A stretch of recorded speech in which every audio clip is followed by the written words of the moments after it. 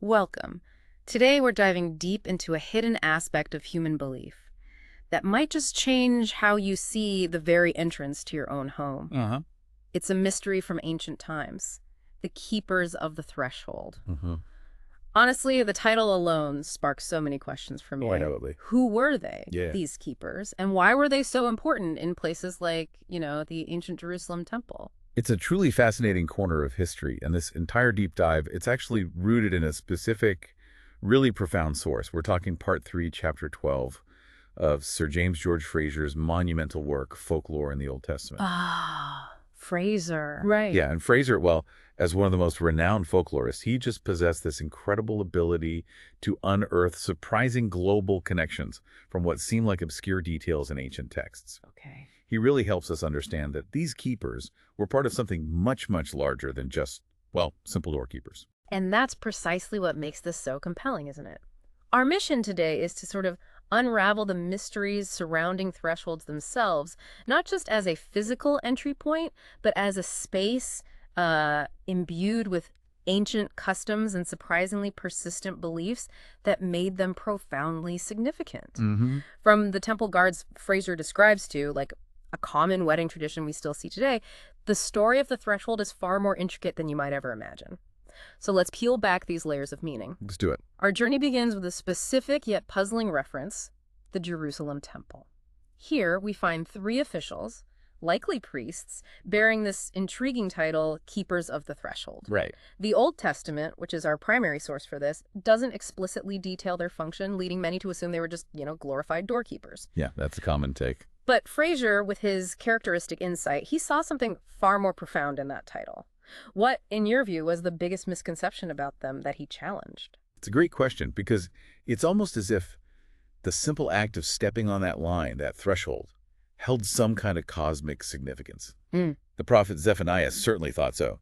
He condemns those who leap on the threshold, that's in Zephaniah 1:9, equating it to acts of violence and deceit, something that draws down divine wrath. Wow. Leaping on the threshold. Yeah, now, there's a bit of a scholarly debate about whether the precise translation is on or over the threshold, but frankly, either way, it implies an act of deep disrespect. Okay. And Frazer really pushes us to ask, why? Why would such a seemingly innocuous action provoke such intense divine indignation? What was so sacred, or maybe so dangerous, about that particular spot? And what's truly striking as you dig into Frazer's work is that this wasn't just some isolated rule in ancient Jerusalem. You see this deep-seated concern echoed in historical practices elsewhere, right? Yeah. Like, particularly among the Philistines. Exactly. At Ashdod, the priests and worshippers of their god Dagon were so scrupulous, so careful, that they literally avoided treading on the threshold of his temple. How did they manage that? Well, they'd hop or step over it with immense care. It demonstrates this very same underlying anxiety, this respect, or maybe fear. And what's really fascinating, as Frazer points out, is how this belief has just persisted through millennia. Captain Condor, an observer in Syria, noted that even, relatively recently, stepping on a threshold is widely considered unlucky in many mosques and rustic shrines. Still today, wow. Yeah, people actively avoid it. They'll either stride directly across the sill in one big step, or in some cases, Frazer mentions people even passing on their hands and knees to ensure absolutely no direct contact. Incredible. This remarkable, enduring practice, it just highlights how deeply ingrained this belief in the threshold's significance truly is.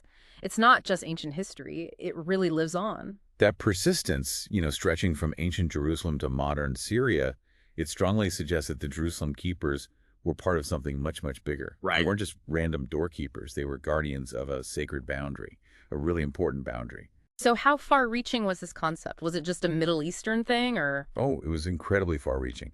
Frazer unearthed these fascinating parallels across continents that really drive home this point. Like what? Okay, take Marco Polo's account of Kublai Khan's palace in Peking. He described keepers of the threshold there as these imposing big men like giants, armed with staves. Staves, okay. Yeah. So enforcement. Definitely enforcement. Their specific duty was to prevent anyone from stepping on the threshold. And the punishments for doing so were incredibly strict. Offenders could be stripped of their clothes, forced to pay forfeits, or even receive blows. Just for stepping on the door. Just for that. And foreign visitors who were completely ignorant of this custom actually needed special barons assigned to them just to explain this peculiar rule. That tells you just how seriously this taboo was taken. Okay, that's serious. But the sheer severity of this taboo, and some cultures Frazer looked at, takes this fascination to a truly chilling level. Consider the account of Plano Carpini, the Franciscan friar and explorer from 13th century Tartary. He recorded that if anyone, even accidentally, touched the threshold of a Tartar prince's hut or tent. Oh, I remember this part. It's grim. It really is. They would be dragged out through a hole made specifically for that purpose and put to death, without mercy. No exceptions. Wow. The underlying feeling, it's almost like a primal fear, starkly summed up in a Mongol saying Frazer quotes, "Step not on the threshold, it is sin." It was literally a capital offense. And this profound reverence for the threshold wasn't just limited to the Mongols or Tartars. Frazer gives other examples. The caliphs of Baghdad, for instance, obliged all who entered their palace to actually prostrate themselves on the threshold. On it, not over it. On it, yeah. Which was often inlaid with a piece of the black stone from Mecca to increase its veneration. It was considered a crime to even set foot on it directly in that context. A different kind of reverence, maybe. Similarly, Pietro della Valle, the Italian traveler, chronicling his journeys through Persia, observed that at the palace of the Persian kings at Isfahan, the entrance threshold was shown the utmost reverence. People would kiss it. Kiss the doorstep. Kiss the doorstep. And it even functioned as a sanctuary for criminals. Once you got across that line, you were considered safe, protected by the threshold itself in a way. You also find similar, though maybe less traumatic, practices in other societies too, right? Frazer mentions Fiji. Yes, in Fiji, only chiefs of the highest rank were allowed to even sit on a temple threshold. Everyone else had to carefully avoid treading on them, which again speaks to a sacredness associated with deities or maybe even chiefs who were perceived as divine. You just didn't disrespect that space. And this protective, almost magical idea of the boundary extends even to like whole village entrances. Absolutely. In West Africa, Frazer notes village paths are often barred by temporary fences, maybe adorned with charms, or sometimes just a simple sapling laid horizontally across the narrow threshold, requiring you to carefully step over. A deliberate action. A very deliberate action. And in times of great danger, like disease or war, sacrificed blood might even be sprinkled there for protection. Wow. What's so compelling, really, is the sheer geographical spread. Frazer documents cultural prohibitions against touching or sitting on the threshold due to fears of illness, bad luck, or disrespecting deities like Lakshmi. Well, you find them among the Nandis in East Africa, in Morocco, among the Korwas, Kermis, and the Kalmucks in India. It's just this remarkably widespread, deeply ingrained, persistent belief system. And this deep-seated belief, it isn't confined just to ancient temples or royal palaces or village entrances. It weaves its way into one of the most common yet often misunderstood traditions we still see today. You mean carrying the bride? Exactly, carrying a bride over the threshold into her new home. This isn't just some quaint romantic gesture, is it? As Frazer's work reveals, it's deeply connected to the threshold's perceived sacredness and, well, its inherent dangers. You're absolutely right. And the global examples Frazer collected are incredibly varied, and they tell such a rich story. In Morocco, the bride is carried, with her relatives meticulously ensuring she makes absolutely no contact with the ground. Why no contact? Seems to be about purity or avoiding bad luck associated with the ground or the threshold itself. In Palestine, she's carried specifically so her feet don't touch the threshold. Doing so is considered unlucky. Okay. Chinese customs, particularly among the Hakkas and in Canton, involve these really elaborate rituals Frazer describes. The bride might be assisted over a red-hot coulter that's like a heavy iron blade from a plow steeped in vinegar. A red-hot blade? Yeah, or even carried over a slow charcoal fire by a female servant. In Java and the Sunda Islands, it's simpler. The groom himself carries the bride. It sounds like avoiding any contact is key. Even Sierra Leone, right? The bride is carried on an old woman's back, completely covered over mats, specifically to avoid any earth contact until she reaches her husband's house. Precisely. And among the Atonga in British Central Africa, the bride actually stops at the threshold and won't cross until the groom gives her specific gifts, like a hoe, cloth, beads. It's almost like an offering, a toll to gain passage across that boundary. And this practice spans ancient Aryan peoples all the way to, well, relatively modern Europe. Oh, massively. In ancient India, the law books prescribed that brides were to cross with their right foot foremost, but explicitly not to stand on the threshold itself. Step over. Step over, exactly. Similar customs are seen among the southern Slavs, Albanians, and in Slavonia, where the bride is often carried. In modern Greece, she's lifted over. Ancient Rome had the exact same tradition. They forbade the bride from touching the threshold, so she was lifted over it. Right. And you find echoes in places like Calabria, Silesia, the Altmark region of Germany, French Switzerland, Lorraine, Wales, Lincolnshire, Scotland. Frazer lists so many instances of the bride being lifted or carried, and almost universally the reason given is to prevent bad luck, stumbling, or even witchcraft being cast upon her at that critical moment of transition. So, given all these examples, you might be thinking of the theory that's often floated, the one going back to Plutarch. The wife capture idea. Yeah, that it was a relic of wife capture, like the Romans grabbing the Sabine women. The idea being the bride was carried in as if unwillingly, a symbol of force. That's a very common and persistent interpretation, absolutely. But Frazer, drawing from his huge database of cross-cultural examples, he critically analyzes it and ultimately refutes it pretty convincingly. How so? He points out a crucial detail. The custom of just stepping over the threshold without touching it, which implies consent, not capture, is actually just as old, if not older, than the custom of carrying. Oh, okay. Ancient Indian law books, for example, explicitly prescribe stepping over and not being carried. If you connect this to the bigger picture, the whole capture theory really starts to fall apart. Right. Especially when you consider an intriguing example Frazer found in Salsette, India. Right. The groom is also carried over the threshold. By his maternal uncle, no less. The groom is carried. The groom is carried. Clearly, that doesn't fit any kind of capture narrative at all. That's a crucial point. Okay, so the act of carrying the bride isn't really about simulated abduction then. It's simply, as Frazer puts it, a very scrupulous avoidance of the threshold. Exactly. It's just a specific, widely observed instance of this much broader global belief system where the threshold is seen as this highly sensitive, maybe even dangerous boundary. Precisely. And this brings us right to the core question, doesn't it? Yeah. Why? Why this universal reluctance to touch the threshold? Why all these elaborate precautions and rituals surrounding it? Yeah, what's the underlying belief? It strongly indicates, Frazer argues, a deep-seated religious or superstitious belief in some inherent danger or sanctity associated with this liminal space, this in-between place. A belief that could profoundly affect anyone who treads or sits upon it. So what are the main reasons Frazer identifies? Well, broadly, two main categories emerge from the folklore. First, there's the idea of sanctity to deities. The Roman scholar Varro, for instance, believed the threshold was sacred to the goddess Vesta, keeper of the hearth, or maybe to a specific divine doorkeeper god called Limentinus. Okay, sacred to a god. Right. And in India, as we mentioned, the goddess of wealth, Lakshmi, is said to have her seat right on the threshold. So sitting on it would be the ultimate disrespect, potentially bringing poverty. That makes sense. But then there's the other main reason, the one that often brings a bit of a shiver. Hauntings. Yeah, the Yeah. belief that the threshold is haunted by spirits. In Morocco, for example, it's believed to be haunted by jinn, those often mischievous spirits from Islamic folklore. That's why a bride is carried across, to protect her. And in Armenia, it's considered a resort of spirits, requiring a sword-wielding attendant to make crosses on the wall for newlyweds entering their home. Again, protection. And that idea of spirits dwelling there is just pervasive, isn't it? Absolutely. In heathen Russia and Lithuania, people believed benevolent house spirits resided right at the threshold. This led to customs like placing wooden crosses beneath thresholds for protection, or even holding newly baptized children over them to ward off evil influences.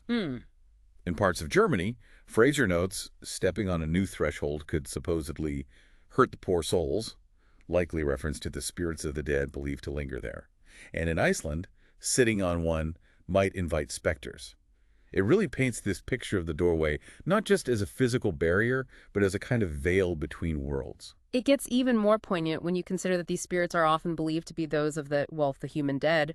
Frazer documents this powerful yet unsettling custom. The burials. Yeah, burying stillborn children or dead infants directly under the threshold. He found this in places like Russia and various parts of India, the central provinces, Punjab, northern India. Imagine walking over that spot every single day. It's quite something.